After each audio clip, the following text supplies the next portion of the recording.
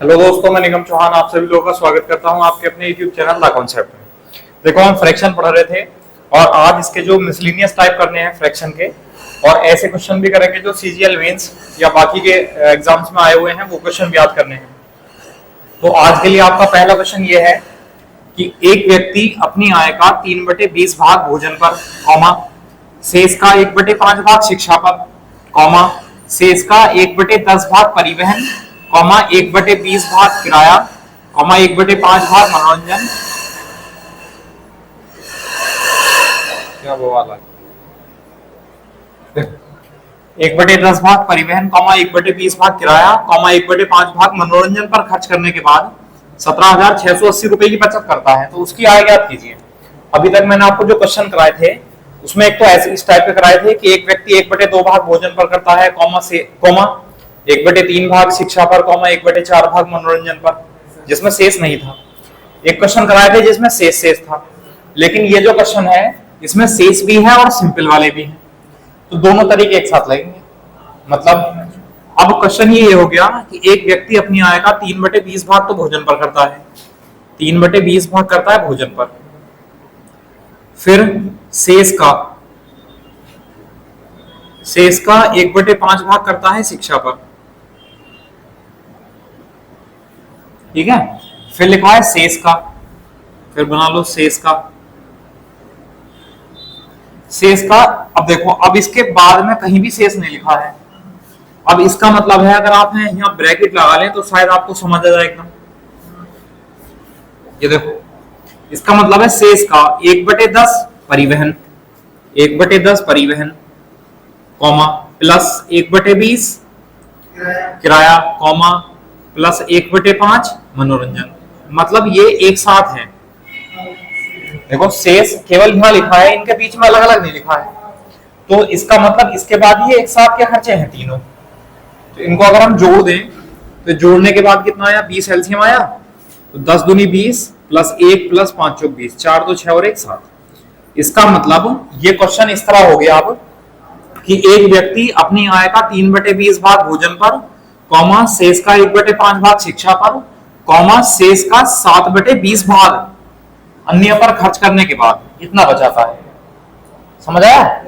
पहले भी कराए थे, जहां पर शेष नहीं होता ना वहां हम डायरेक्ट जोड़ देते हैं, तो हमने जोड़ दिया इसको, यहां पर शेष नहीं था तो अब सॉल्व कर लो। अब किसी भी तरीके से जो आपको समझ आया हो, बताओ क्या करें। उसकी इनकम मान लें, उसकी इनकम कितनी मान लें, 20 × 100, 100 × 20 2000, ठीक है। 2000 रुपए हमने उसकी इनकम मान ली। अब 2000 रुपए का 3/20 कितना हुआ, तो 2000 का 3/20 100 300, तो 2000 में से 300 रुपए भोजन पर खर्च हो गए, कितने बचे, 1700 बचे, सॉरी।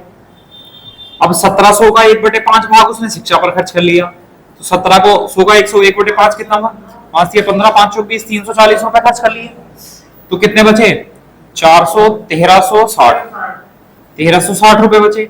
अब शेष में से 7/20 और खर्च कर लिए, तो इसका 7/20 कितना हुआ, 2 × 12 2 × 8 16, 2 × 12 2 × 8 16 66 और 7 × 8 56 का 66 लगे 5 और 7 × 42 और 5 47, 476 रुपए इसने यहां खर्च कर लिए। तो बचे कितने, घटा लो, 4 बचा और 5 15 7 8 बचा, 2 12 4 8 बचा, तो 884 रुपए बचे उसके।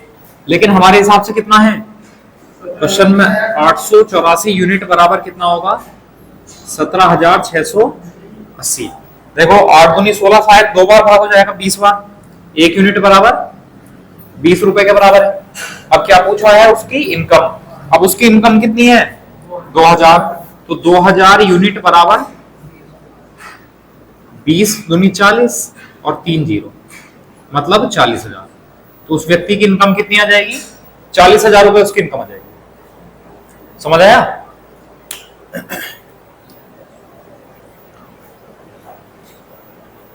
या आप यहां से रेशियो से कर सकते हो, जो भी है। अब तो पहले जैसा क्वेश्चन बन गया, शेष वाली कंडीशन। बस आपको ये ध्यान रखना है, यहाँ इन सब के बीच में अलग अलग शेष नहीं है, तो जब अलग अलग शेष नहीं है इनके बीच में तो डायरेक्ट जोड़ देंगे वैल्यू।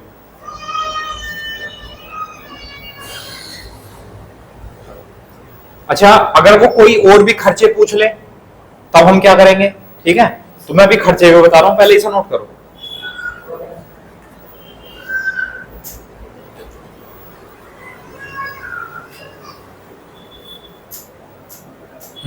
Clear note?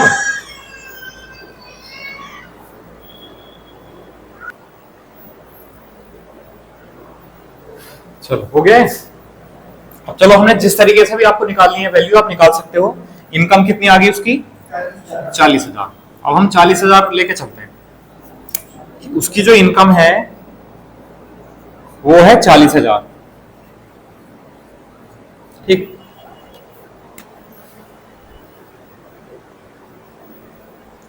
अब अगर हमें कोई इसमें खर्चे पूछ रखे होंगे, जैसे वो पूछ ले कि मान लो शिक्षा पर खर्च कितना है, एजुकेशन पर, शिक्षा पर खर्च कितना है, तो देखो शिक्षा पर खर्च कैसे निकालेंगे, ध्यान दो बोर्ड पर। उसकी इनकम कितनी है? वैसे तो जो हमने भाग लिखे थे हम डायरेक्ट यूनिट्स करके निकाल देते। जैसे शिक्षा का कितना आया था बताना जरा, कितना था? 340 यूनिट आया था ना। तो आप एक यूनिट की वैल्यू तो थी आपके पास, 340 यूनिट निकाल सकते हो, आंसर आ जाएगा। या फिर जब आपने इनकम निकाल दी है, शिक्षा पर खर्च पूछा तो शिक्षा पर खर्च ये है, उससे पहले कितने खर्चे हैं देख लो, 3/20 भाग भोजन पर खर्च कर लिया, उसके बाद शेष। तो जब 3/20 भाग खर्च कर लिया तो कितना बचा? 17/20 बचा, एक में से घटा दिया ऐसा। फिर जो बचा है यानी शेष का, उसमें से 1/5 शिक्षा पर खर्च किया और शिक्षा पर ही खर्च पूछा है, तो अब डायरेक्ट हम यहाँ 1/5 निकालेंगे केवल। ठीक है, तो देखो 20 पंजे 100, 100 से 2 जीरो कैंसिल, और 2 जीरो और 17 गुना 4, 17 चौक 68, तो 6,800 रुपए उसने शिक्षा पर खर्च कर लिए, अगर शिक्षा पर पूछेगा तो। ठीक है, अब यहां तक तो कोई दिक्कत नहीं है, शिक्षा तक दिक्कत है यहां पर। मतलब अगर आपसे पूछा जाए कि वो किराए पर कितना खर्च है, किराए पर खर्च, कि किराए पर खर्च बताओ। ठीक है, अब देखो समझ लो किराया कहां पर है, ये है। तो यहां तक तो पहले शेष लिखा है, पहले इसे सॉल्व करेंगे। तो उसकी इनकम थी 40,000 गुणा 3/20 भाग खर्च कर दिया तो बचा कितना? 17/20 गुणा शेष का 1/5 खर्च कर दिया तो बचा कितना? 4/5 गुणा, अब शेष में से इतना खर्च है, इसका मतलब ये जो बचा है इनमें से खर्च होगा, और इनमें डायरेक्ट खर्च है। क्या पूछा है? किराए पर। तो यहां तक आ गए हम, शेष इतना बचा और इसमें से किराए पर खर्च कितना है? 1/20। तो अब डायरेक्ट 1/20 निकाल देंगे। अब इसको लेके नहीं चलना, क्योंकि ये तो डायरेक्ट वैल्यू है, इनके पहले तो शेष है ही नहीं, तो हम डायरेक्ट 1/20 निकालेंगे। अगर वो कहता परिवहन पर तो यहाँ 1/10 लिखते, अगर वो पूछता मनोरंजन पर तो 1/5 लिखते। समझ आया? सॉल्व कर लो। देखो 20 पंजे 100, 2 जीरो कैंसिल हुए, और 1 जीरो से 1 जीरो, 2 से 2 बार भाग कर लो। 17 4 दुनिया 17 8 136, तो 1360 रुपए उसने कहां पर खर्च किए? किराए पर खर्च किए, ये आंसर। समझ आया? देखो भाई यहां तक शेष था, तो जब उसने 3/20 खर्च कर लिया तो 17/20 बचा, यानी यहां तक पहुंच गए। शेष का मतलब है कि इसमें से वो 1/5 खर्च कर लेगा, तो इसमें से 4/5 बचाएगा। ठीक है, यहां तक आ गए। अब जब उसने बचा लिया, इतना बचा लिया, शेष का मतलब है इसमें से खर्च करेगा वो, तो इसमें से 1/10, 1/20 और 1/5 ये डायरेक्ट है। तो मतलब हमसे किराए पर पूछा तो किराया है 1/20, तो डायरेक्ट इसका 1/20 निकालो। समझ आया? कब डायरेक्ट करना है, कब घटाना है, कब कौन सी वैल्यू लेनी है। चलो कर लेंगे फिर इस टाइप के। एक क्वेश्चन और लिखो आपके लिए, उसमें भी हमें इनकम तो निकालनी है चलो, और खर्चे भी बताने हैं। तीन इस तरह 2 खर्चे निकालने हैं। ठीक है, चलो इसी में चेंज कर दे रहे हैं। एक व्यक्ति अपनी आय का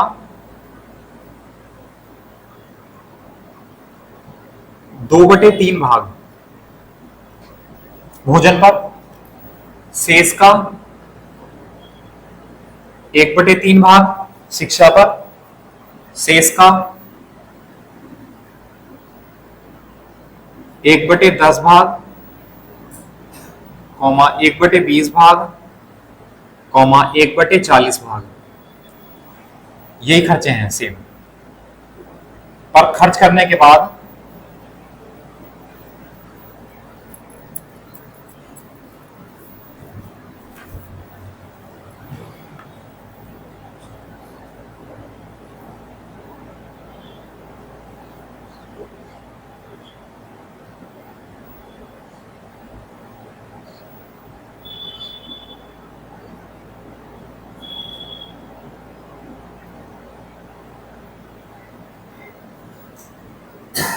करने के बाद 8,800 रुपए की बचत करता है।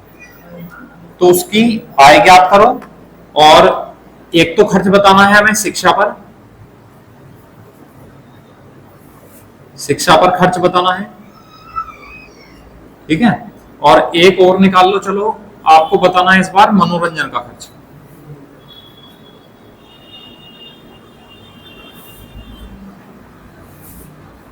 ठीक है, करो चलो।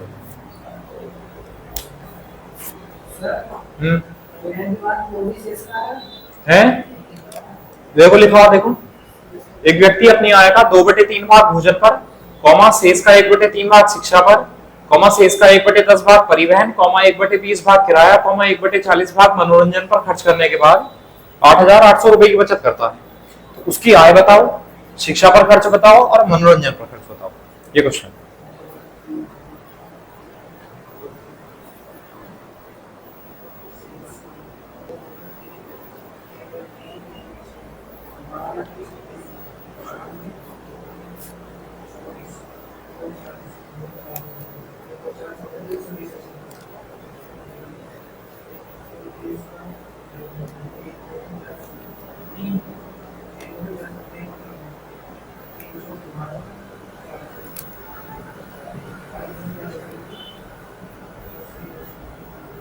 हो गया नहीं? इसे मैं यूनिट से कराऊंगा आपको, अलग अलग नहीं बताऊंगा, यूनिट से ही मनोरंजन का खर्च भी और शिक्षा खर्च भी दोनों यूनिट से बता दूंगा, समझना आप लोग।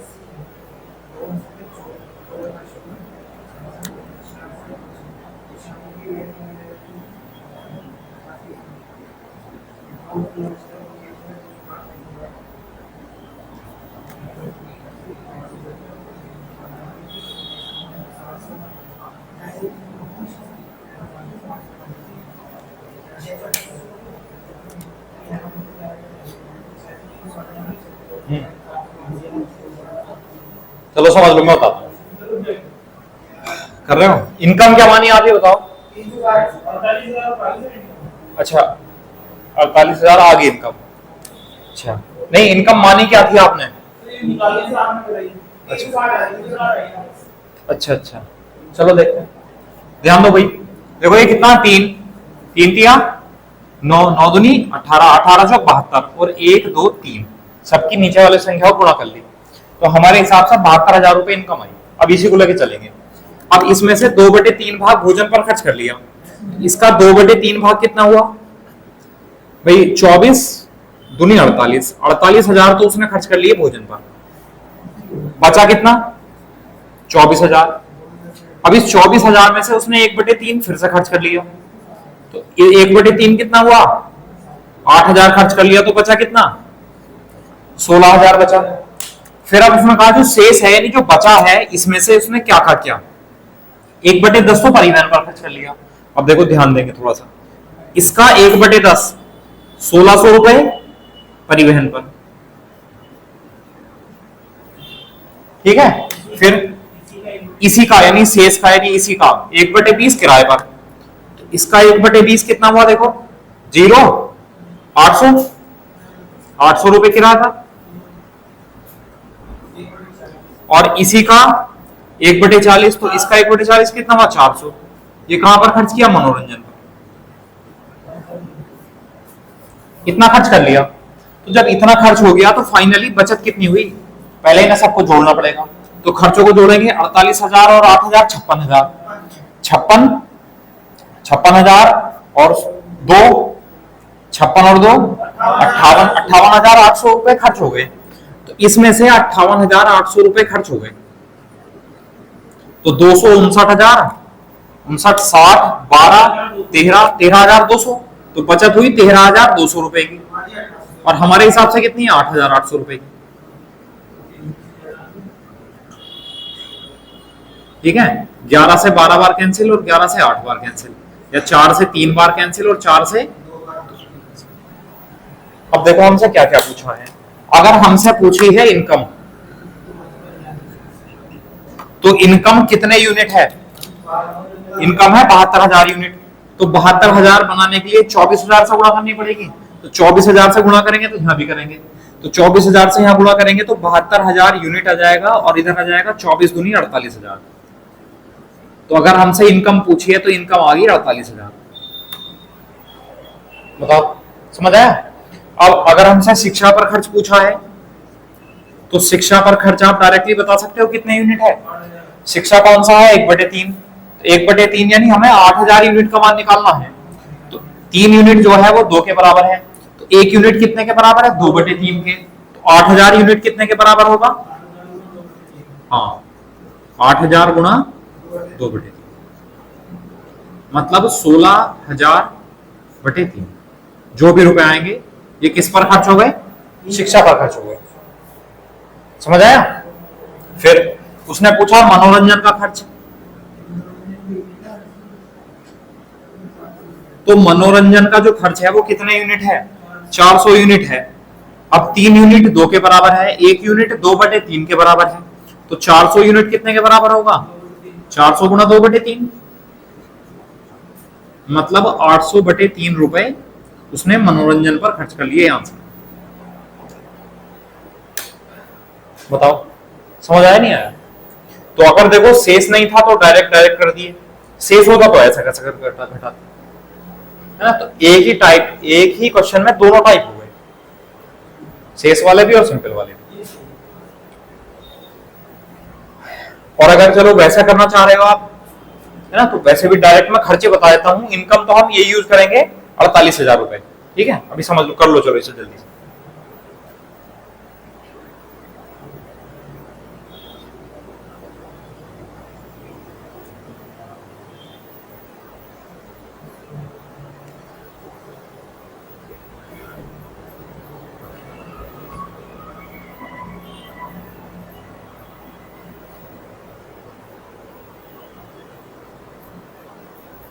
कर लिया नोट?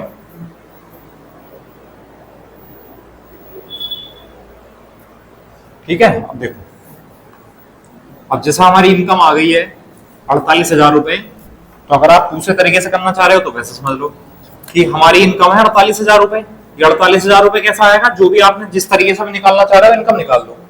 उसके बाद जब हमसे शिक्षा पर खर्च कहेगा तो देखो हम कैसे लेके चलेंगे। 48,000 रुपए हमारी इनकम थी, और 48,000 रुपए में से शिक्षा पर, तो पहले उसने 2/3 भोजन पर खर्च कर लिया, तो बचा कितना? 1/3। और फिर उसने शेष का 1/3 शिक्षा पर खर्च कर लिया, और शिक्षा पर खर्च पूछा है तो क्या लिख दें यहाँ पर? 1/3। ठीक है, अब 3 से 16,000, और 16,000 बटे कहां पर आ जाएगा? ये आंसर। ठीक है, और अगर मनोरंजन का पूछा है तो मनोरंजन के लिए पहला निकालो आप 48,000 रुपए, टोटल इनकम है। अब 48,000 रुपए में से 2/3 भोजन पर खर्च हो गया, तो बचा कितना? 1/3। उसके बाद 1/3 भाग शेष का खर्च हो गया शिक्षा पर, तो बचा कितना? 2/3। और उसके बाद हमसे मनोरंजन पूछा है ये, और शेष जो है वो केवल इन सब के पहले है, तो इसका मतलब अब जो बचा है इसका हम डायरेक्ट 1/40 निकाल देंगे। ठीक है, 1 0 से 1 0 कैंसिल, और 3 से 16 100 बार, और 4 चौक 16, 400 गुणा 2 800/3। तो ये रुपए कहां पर? मनोरंजन पर खर्च हुए यहां से। या फिर इस तरह निकाल सकते हो अगर उसमें यूनिट में डाउट है तो। वैसा डाउट नहीं होना चाहिए, बहुत आसान तरीका है वो यूनिट वाला, उसे समझ लो। नहीं समझ में आएगा फिर से कोशिश करूंगा समझाने की। चलो इस टाइप पे कर लेंगे। अब लिखो नेक्स्ट।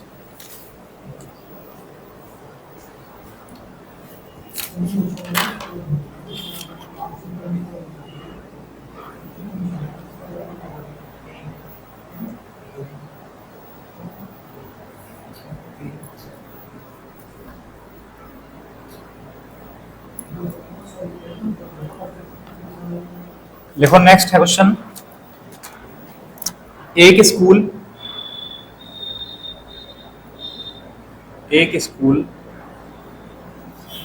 एक ही प्रकार की तीन बसों को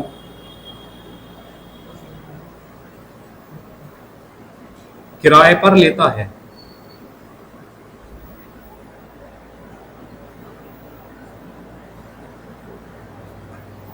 किराए पर लेता है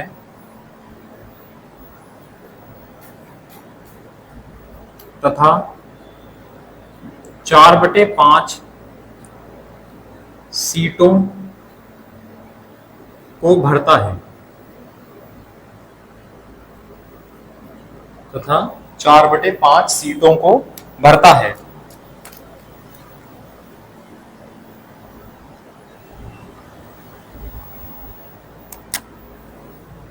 एक बटे चार छात्रों के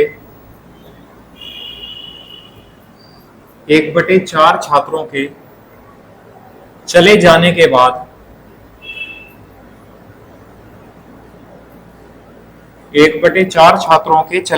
बाद शेष छात्र केवल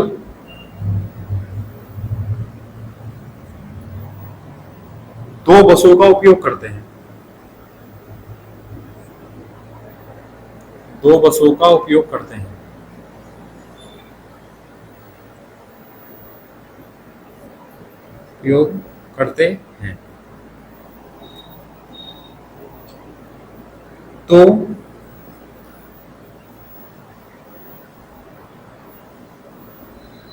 तो छात्रों द्वारा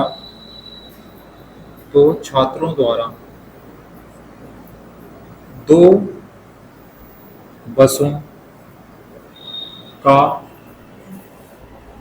कितना भाग घेरा गया या कितना भाग भरा गया या कितने भाग सीटें भरी गई, कुछ भी हो सकता है।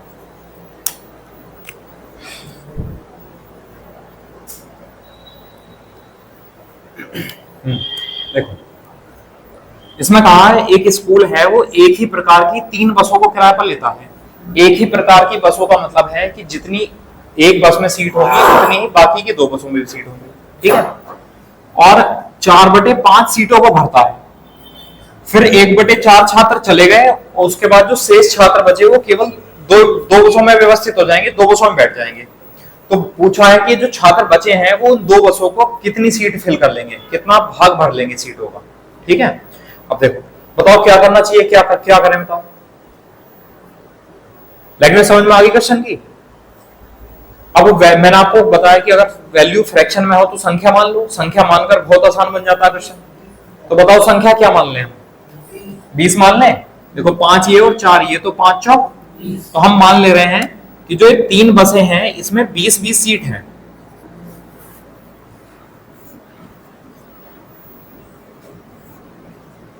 तीन बसें हैं और इनमें 20-20 सीट है, तो कुल कितनी सीट हो गई, 60 सीट हो गई, ठीक है। अब लेकिन उसने कहा तीन प्रकार की बस तो किराए पर ले ली और 4/5 सीटों को भरता है स्कूल। तो 60 में से 4/5, तो 60 का 4/5 कितना हुआ, 12 चौक 48। इसका मतलब 48 छात्र होंगे शुरू में। उसने कहा ना 4/5 सीटों को भरेगा तो एक सीट पे एक बच्चा बैठेगा। तो 60 का 4/5 मतलब 48 बच्चे थे। क्योंकि देखो 48 अगर बच्चे होंगे तो 20 और 20 40, तो हमें तीसरी बस की जरूरत पड़ेगी, इसलिए उसने तीसरी बस किराए पर ली थी, 3 बस ली थी। तो 48 छात्र हैं। फिर उसने कहा 1/4 छात्रों के चले जाने के बाद, तो 48 छात्र हैं तो 48 का 1/4 कितना हुआ, तो 12 जो छात्र हैं वो चले गए। तो 48 में से 12 छात्र चले गए तो कितने छात्र बचे,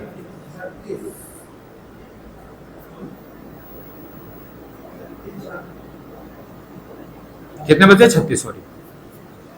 तो कितने छात्र बचे, 36 छात्र बचे। अब ये 36 छात्र बैठेंगे, लेकिन उसने कहा चले जाने के बाद शेष जो छात्र हैं, जो 36 छात्र बचे हैं वो दो बसों का उपयोग करेंगे।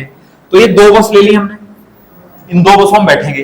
तो उसने पूछा छात्रों द्वारा 2 बसों का कितना भाग भरा गया, तो कितनी सीट भरी गई, 36 सीट भर दी इन्होंने, तो 36 सीट भर दी।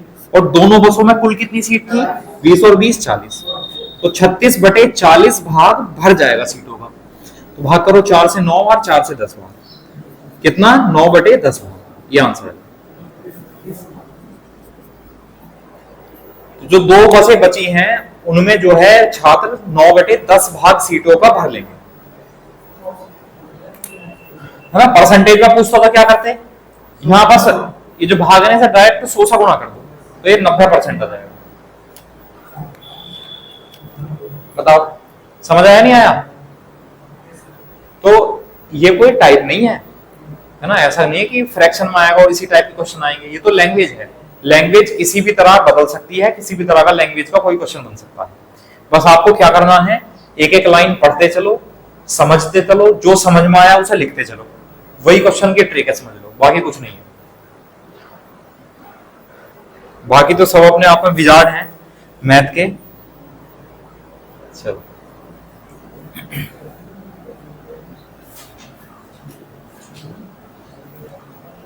कर लिया, अब लिखे नेक्स्ट। फिर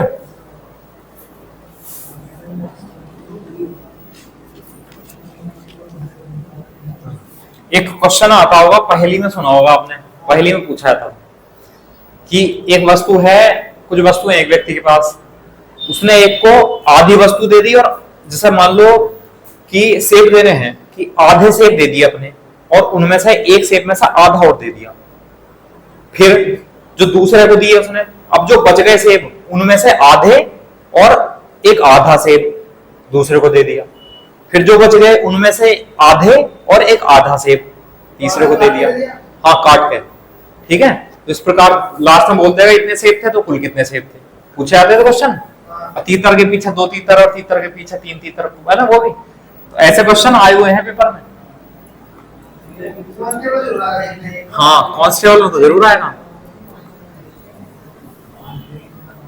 चलो लिखो, क्वेश्चन लिखो फिर नेक्स्ट।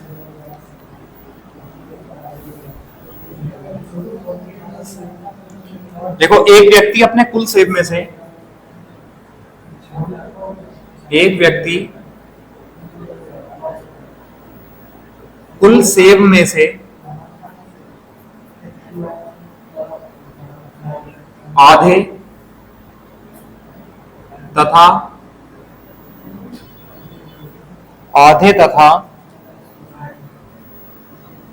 आधा सेब,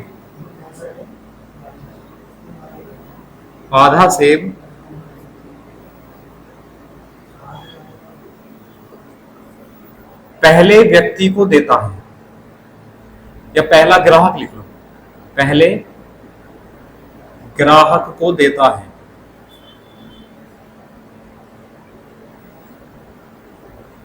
पहले ग्राहक को देता है, फिर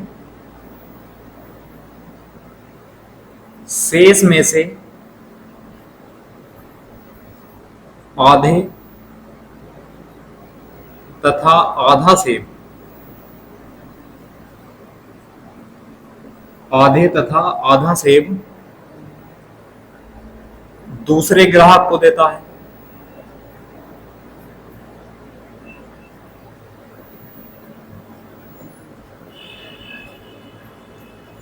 और इसी प्रकार वह तीसरे व चौथे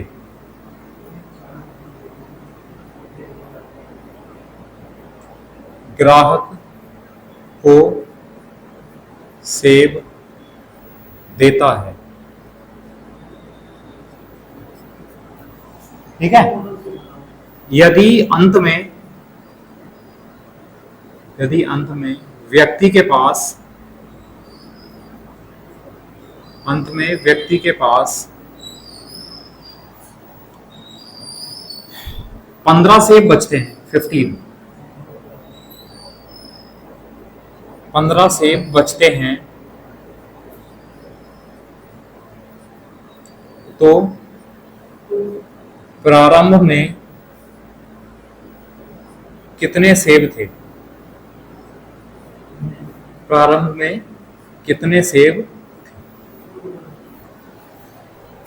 देखो है बढ़िया क्वेश्चन, नहीं मजेदार? जितने भी उसके पास कुल सेब थे उनमें से आधे दे दिए और एक आधा सेब दे दिया काट के, ठीक है। फिर जो बच गए उनमें से फिर से आधे सेब दे दिए, फिर उनमें से एक आधा और दे दिया, फिर जो बचे फिर ऐसी करा, तीसरे को भी ऐसी करा, चौथे को भी ऐसी करा, और अंत में उसके पास जो है 15 सेब बच गए। तो हमसे पूछा है कि कितने सेब थे।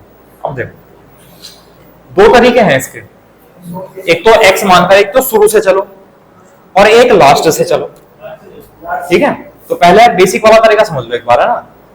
लास्ट वाला तरीका बताऊंगा। बेसिक वाला इस तरीका समझ लो कि मान लिया जो कुल सेब थे वो एक्स थे। अब देखो लैंग्वेज पढ़ते चलेंगे, ध्यान रखो। कुल सेब थे उसके पास एक्स, अब उसने क्या कहा, कुल सेब में से आधे, एक्स सेब है उसके पास और इनमें से आधे दे दिए, 1/2 दे दिए, x/2 दे दिए और आधा सेब दे दिया, तो आधा सेब दे दिया, है ना। आधा सेब तो एक सेब तो एक का आधा तो 1/2 होगा। तो x सेब थे तो x का आधा दे दिया उसने, तो बचे कितने भाई, x सेब थे, x/2 दे दिए तो x/2 बच गए, तो ये बच गए। अब जो बचे इनमें से आधा सेब दे दिया, तो आधा सेब इस तरह दिया जाएगा 1/2, ठीक। फिर ये पहले को दिए, फर्स्ट को।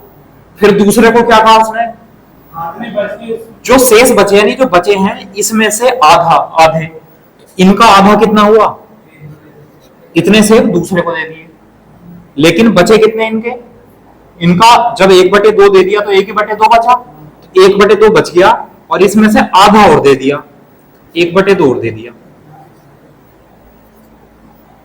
बताओ, अब 2 को दे दिए, अब फिर जो बचा है इसमें से आधे, तो इसमें से आधे कितना हुआ, 1/2, 1/2 है तो 1/2 बच गए और फिर उनमें से आधा दे दिया,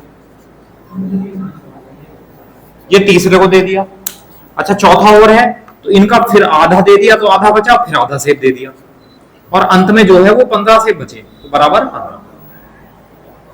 बताओ समझ आया? अब देखो ऐसे आप प्रॉपर तरीके से सॉल्व करोगे तो बहुत टाइम लगेगा। अब देखो ध्यान दो बोर्ड पर बस। अब ये जो 1/2 है इसे हम 0.5 लिख सकते हैं, 0.5, तो ये 0.5 उधर जाएगा तो प्लस हो जाएगा 15.5। अब 2 की गुणा होगी तो 2 की गुणा होगी तो इससे कितना हो जाएगा 31, ये हो गया यहां तक।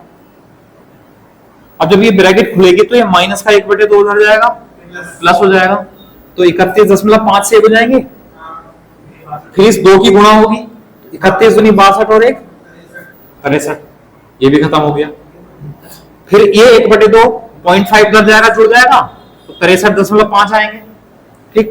और ये 2 की गुणा होगी तो 63 दूनी 126 और 1 127, तो ये भी खत्म हो गया।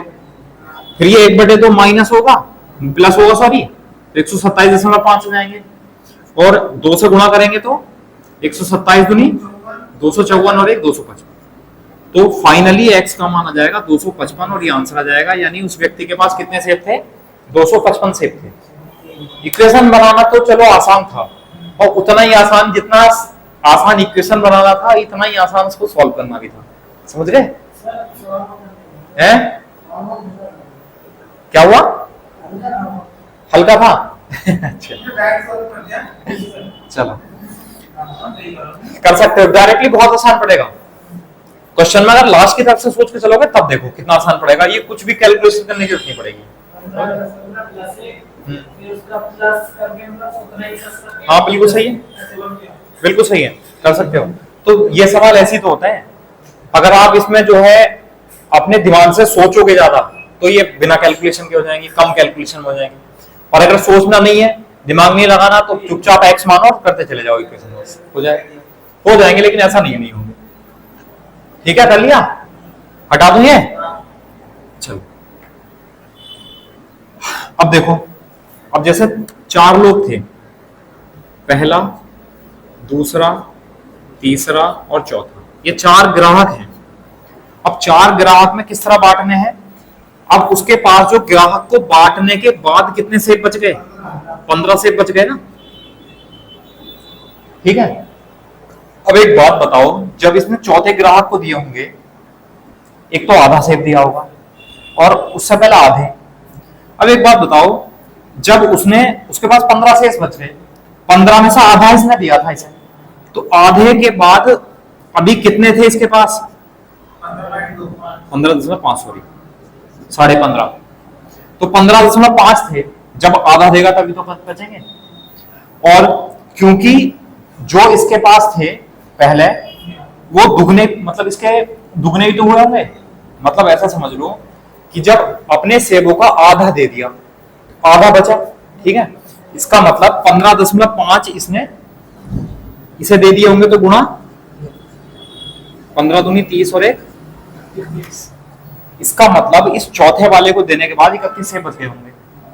अब ये 31 सेब कब बचे होंगे? जब इसमें से आधा सेब इसे दे दिया होगा, तो आधा सेब यहाँ और होगा, 31.5 सेब होंगे यहाँ पे, और इसका दुगना करेंगे तो इसके वाले सेब आ जाएंगे 63। ये 63 सेब कब आए होंगे? जब इसको आधा दे दिया होगा, तो आधा इसमें जोड़ो तो इसके पास 63.5 सेब होंगे, लेकिन आधे करे होंगे तो गुणा 2, 63 दूनी 126 और 127। अब ये 127 कब बचे होंगे? इनमें से आधा तो इसे दिया होगा, तो आधा नहीं देता तो 127.5 हो जाते, और आधे और दिए थे तो दुगने सेब होंगे शुरू में, तो 127 दूनी 254 और 1 255। इसका मतलब 255 सेब किस पे होंगे? प्रावरण वाले व्यक्ति पर होंगे। और ये पूछा है कि व्यक्ति के पास कितने। ये कैलकुलेशन तो मैं वहां भी करनी पड़ रही है भाई, 0.5 जोड़ के दुगना, 0.5 जोड़ के दुगना वहां भी कर रहे हैं, और यहाँ बस डायरेक्ट है। समझ आया भाई? चौथे वाले व्यक्ति को आधे सेब दिए और एक आधा सेब दे दिया, तो उसके पास 15 बचे। अगर वो आधा वाला सेब ना देता तो 15.5 सेब बचते, और 15.5 में से आधे दिए और आधे बचे होंगे, तो आधे का मतलब 15.5 प्लस 15.5 या 15.5 गुणा 2। इसका मतलब जब ये व्यक्ति को इसमें सेब देने होंगे तो इसके पास 31 सेब होंगे, और 31 सेब कब आए होंगे? जब इसको पहले आधा दे दिया होगा, तो इसको आधा दिया होगा तो आधा देने से पहले 31.5 होंगे, और इसका दुगना 63। इसका मतलब यहाँ पर 63 सेब होंगे, जिसमें से आधे देने के बाद फिर आधा दिया तो 31 बचे होंगे, फिर 63.5 इसके पास होंगे, और इसका दुगना 127 यहाँ पर होंगे। 127.5 और गुणा दुगना 255 ये पहले व्यक्ति के पास होंगे, जो व्यक्ति था, ग्राहक नहीं व्यक्ति। हाँ कर सकते हैं, लिखो चलो एक फिर और।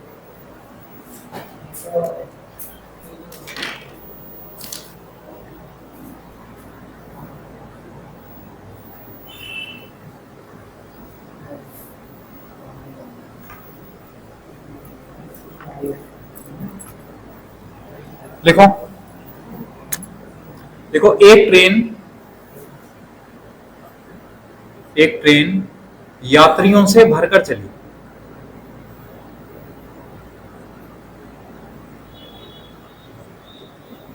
एक ट्रेन यात्रियों से भरकर चली, कॉमा, पहले स्टेशन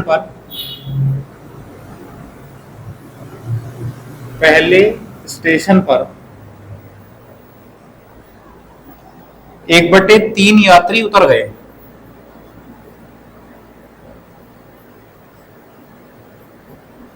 पहले स्टेशन पर 1/3 यात्री उतर गए तथा 280 यात्री चढ़ गए। 280 यात्री चढ़ गए। दूसरे स्टेशन पर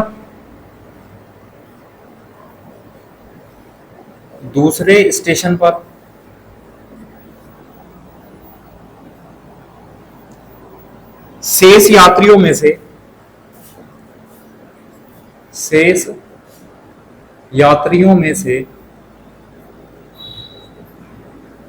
दूसरे स्टेशन पर शेष यात्रियों में से आधे उतर गए।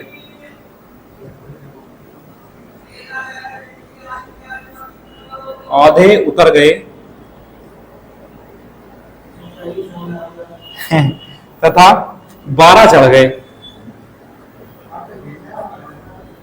तथा 12 चढ़ गए। तीसरे स्टेशन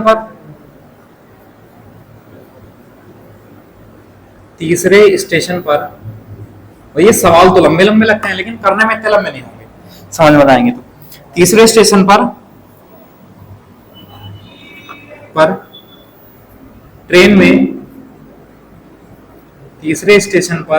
ट्रेन में 248 यात्री थे, 248 यात्री थे।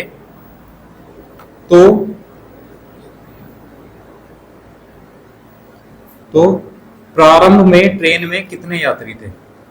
प्रारंभ में ट्रेन में कितने यात्री थे?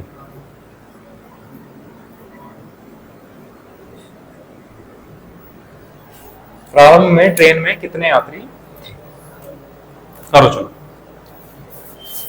बढ़िया क्वेश्चन है, ज्यादा टिपिकल नहीं है। अगर आप समझ क्या करेंगे तो फिर मैं बताऊंगा, करने की कोशिश करूंगा।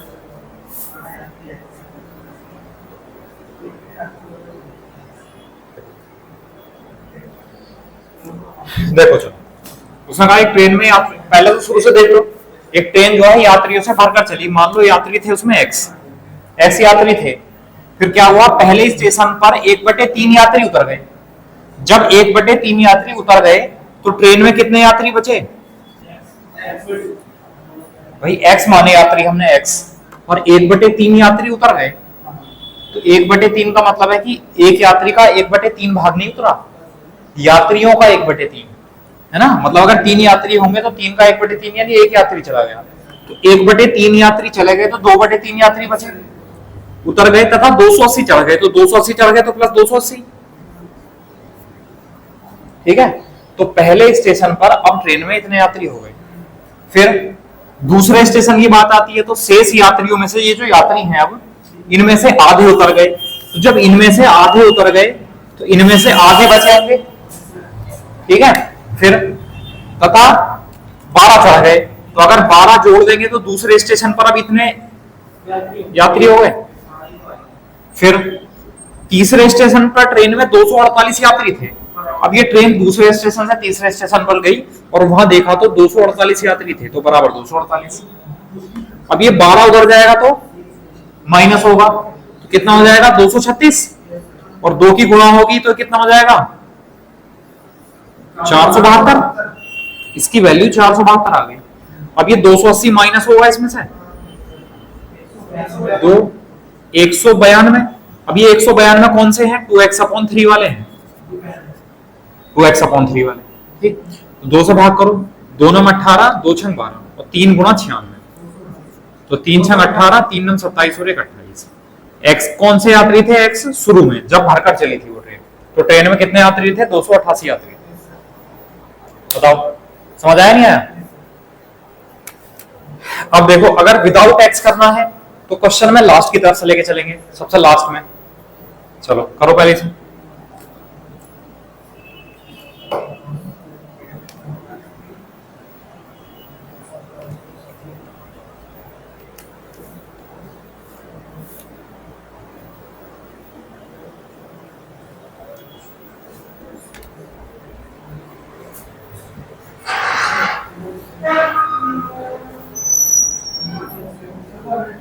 अरे करो करो।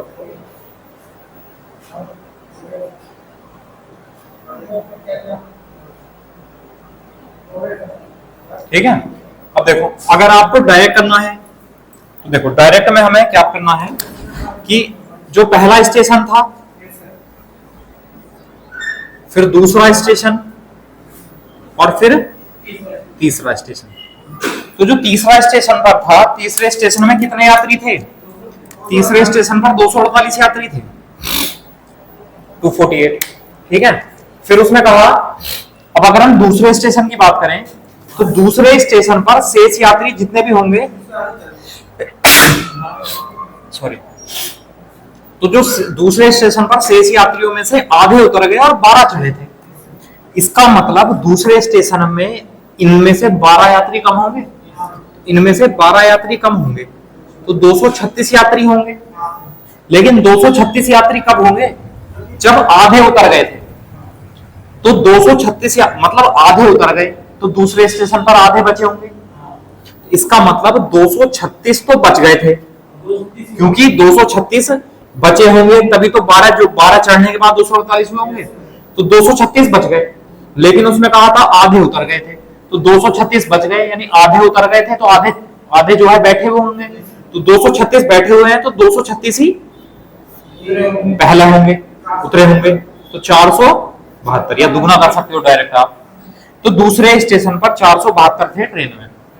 पहले स्टेशन पर क्या हुआ था कि पहले स्टेशन पर 1/3 यात्री उतर गए और 280 चढ़े थे। अगर इन्हें 280 को हम माइनस कर दें तो जो पहले स्टेशन पर ट्रेन में बैठे थे केवल वो आ जाएंगे, तो 192 वो यात्री हैं जो 280 चढ़ने से पहले थे, तो 192 थे। अब लेकिन उसने कहा था 1/3 यात्री उतर गए, तो जब 1/3 यात्री उतर गए होंगे तो 2/3 यात्री बचे होंगे, तो 2/3 वो 192 के इक्वल होंगे। तो भाग में टोटल वैल्यू 1 होती है, तो 2 9 18 2 6 12, तो 1 यूनिट या 1 भाग बराबर कितना हुआ 3 6 18 3 9 27 और 1 28। ये आंसर आ जाएगा 228। हाँ एक्स वाला ठीक है, चलो हाँ उसमें उसमें भाग हाँ हाँ इसमें यहाँ गलती होगी ना कि 236 करेगा 40 हाँ चलो चलो करके देखना ना, जो भी तरीका समझ में आए उस तरीके से करना। एक क्वेश्चन और लिखो चलो, ये सीजीएल में आए हुए क्वेश्चन है मेंस में, ये भी और इससे पहले वाले भी, ठीक है। तो और ऐसा नहीं है कि सीजीएल मेंस में भारी भारी क्वेश्चन आते हैं, समझ गए, सीजीएल मेंस में ऐसा नहीं है कि भारी भारी क्वेश्चन आएंगे, आसान क्वेश्चन भी आते हैं। चलो कर लिया, नोट कर लिया, चलो अगला क्वेश्चन लिखो। और कल इसमें नया टॉपिक कराएंगे, नया चैप्टर क्या पढ़ोगे, सर्च एंड डाइसिस पढ़ लो, घातांक पकड़नी है ना, थोड़ा सा स्पीड में खींचेंगे उसे। लिखो 3 भिन्नों का योगफल, 3 भिन्नों का योगफल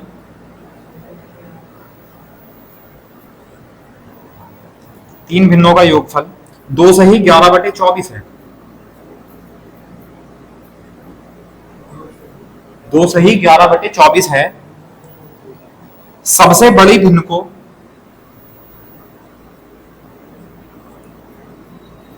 सबसे बड़ी भिन्न को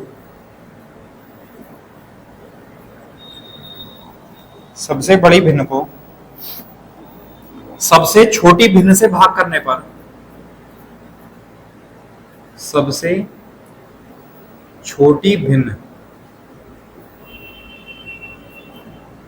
से भाग करने पर सबसे छोटी भिन्न से भाग करने पर 7/6 प्राप्त होता है।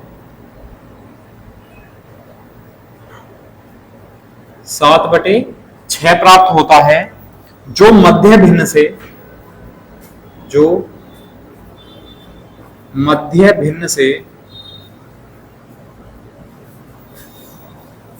1/3 बड़ा है। जो मध्य भिन्न से 1/3 बड़ा है, तो छोटी भिन्न ज्ञात कीजिए। तो छोटी भिन्न क्या होगी, छोटी भिन्न ज्ञात करो।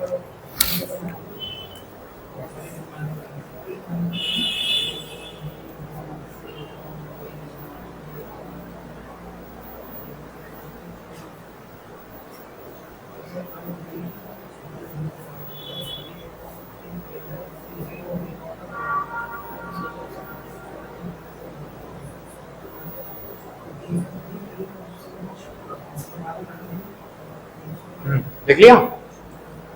अब देखो, और पहले तो ये बताओ 3 भिन्न को, मतलब अगर मैं कहूं एक भिन्न माननी है तो क्या मानते हो, x/y, और अगर माननी है 3 भिन्न तो देखो, अगर आप a/b, c/d और e/f करके मानोगे तो उसमें 6 वेरिएबल हो जाएंगे, उसमें कंफ्यूजन हो जाएगा। तो इसलिए आप ऐसा करो इसमें एक भिन्न मान लो x, एक भिन्न मान लो y, एक भिन्न मान लो z। ये तीन फ्रैक्शन है और इसमें छोटे बड़े की बात चल रही तो छोटा बड़ा मान लो। तो आप ऐसा करो कि x y z में सबसे छोटी x है, फिर y है और फिर सबसे बड़ी है z, या आप x को सबसे बड़ा मान लो, मर्जी आपकी है ना कुछ भी। तो x को सबसे छोटा, y को उससे बड़ा और z को सबसे बड़ा मान लिया हमने। अब क्वेश्चन की लैंग्वेज पढ़ते हैं। उसने कहा तीन भिन्नों का योगफल 2 सही 11/24 है। इसका मतलब x plus y plus z बराबर 24 दूनी 48, 1 49 10 59, 59/24 है। ये पहली समीकरण आई। बताओ ये समझ आया? फिर उसने कहा सबसे बड़ी भिन्न को, अब सबसे बड़ी भिन्न कौन सी है? जेड, यानी जेड को सबसे छोटी भिन्न x से भाग कर रहे हैं तो 7/6 प्राप्त होता है। ये दूसरी समीकरण मिल गई, ठीक है। फिर उसने कहा जो मध्य भिन्न से 1/3 बड़ा है, जो मतलब ये जो 7/6 आया है ना, तो जो 7/6 है वो बीच वाली भिन्न से y से कितना बड़ा है? 1/3। जो मध्य भिन्न से 1/3 बड़ा है, यानी ये जो है वो मध्य भिन्न से 1/3 बड़ा है। तो मध्य भिन्न में 1/3 जोड़ेंगे तो इसके बराबर आएगा, 1/3 उधर घट जाएगा, तो y बराबर हो जाएगा 7/6 माइनस 1/3। तो 7 माइनस के 2 तो 5/6। इसका मतलब y आपको मिल गया 5/6, मतलब बीच वाली भिन्न भिन्न मिल गई आपको। लेकिन हमसे क्या पूछा है? छोटी भिन्न, मतलब हमें x का मान बताना है, ठीक है। चलो अब x का मान बताना है, लेकिन हमारे पास y का मान है, तो हम यहां लिख दें। तो यहां x प्लस वाई बराबर x प्लस जेड, y का मान उधर ले जाएंगे माइनस हो जाएगा, तो ये हो जाएगा 59/24 माइनस के। अब एलसीएम लेंगे इसका 24, 6 चौक 24, 4 पंजे 20, तो कितना बच जाएगा?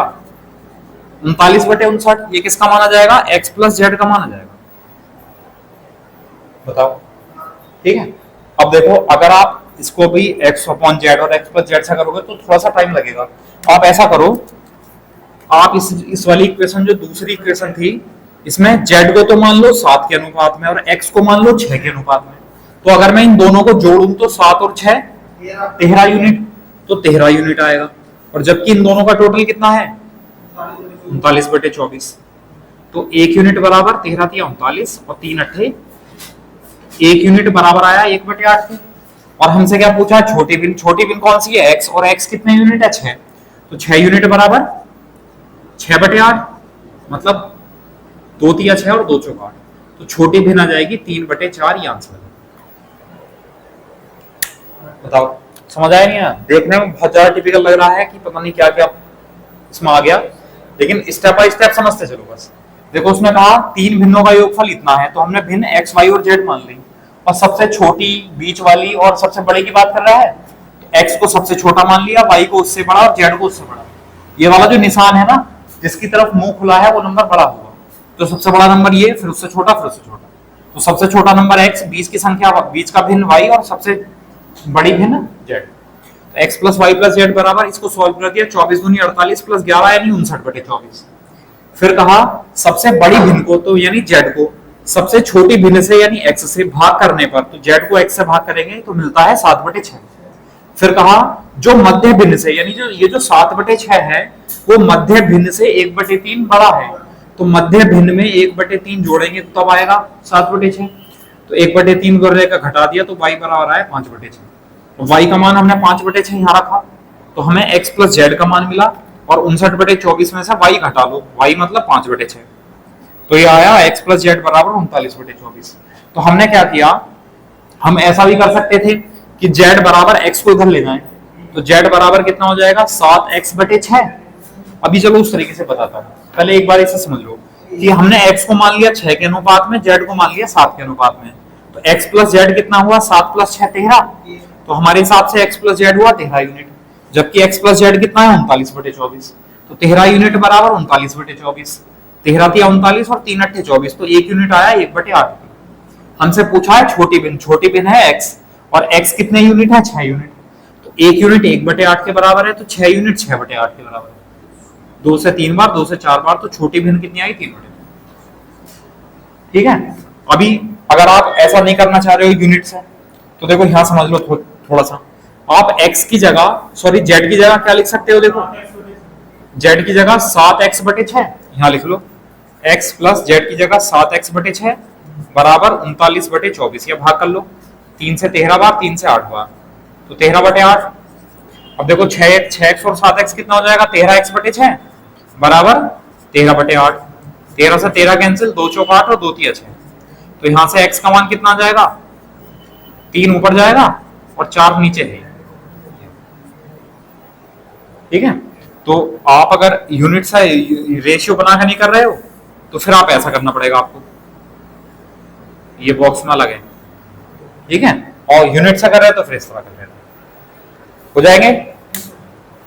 चलो ठीक है, फिर आज के लिए इतना रहना। तो आज आपका जो चैप्टर है पूरा फ्रैक्शन है, ये कंप्लीट हो गया, और इसके जो मिसलिनियस टाइप क्वेश्चन है वो करते रहो आप। ठीक है। और बहुत जल्दी जो है एक बैच स्टार्ट करने वाला हूं, जो प्रैक्टिस बैच होगा। ठीक है, जिसमें कि सारे चैप्टर के मिक्स क्वेश्चन होंगे। 1 घंटा है तो 1 घंटे में कम से कम 20 क्वेश्चन तो कर ही लिया करेंगे। ठीक है, कम से कम 20 क्वेश्चन अलग अलग चैप्टर के, और फिर उसका सॉल्यूशन। ठीक है, आप लोग उसमें जो है अपने आप करना, 1-1 मिनट का टाइम दिया जाएगा। ठीक है, बहुत जल्दी स्टार्ट करूंगा। चलो ठीक है सर, मिलते हैं फिर नेक्स्ट क्लास के साथ। और अगली क्लास में क्या पढ़ना है, घातांक और करनी, सेट्स और इंडाइसिस पढ़ना है, और उसको आप पढ़ जाएंगे थोड़ा सा। ठीक है, मैं वरना तो मैं समझाऊंगा, कोई परेशानी वाली बात नहीं। Okay, thank you class.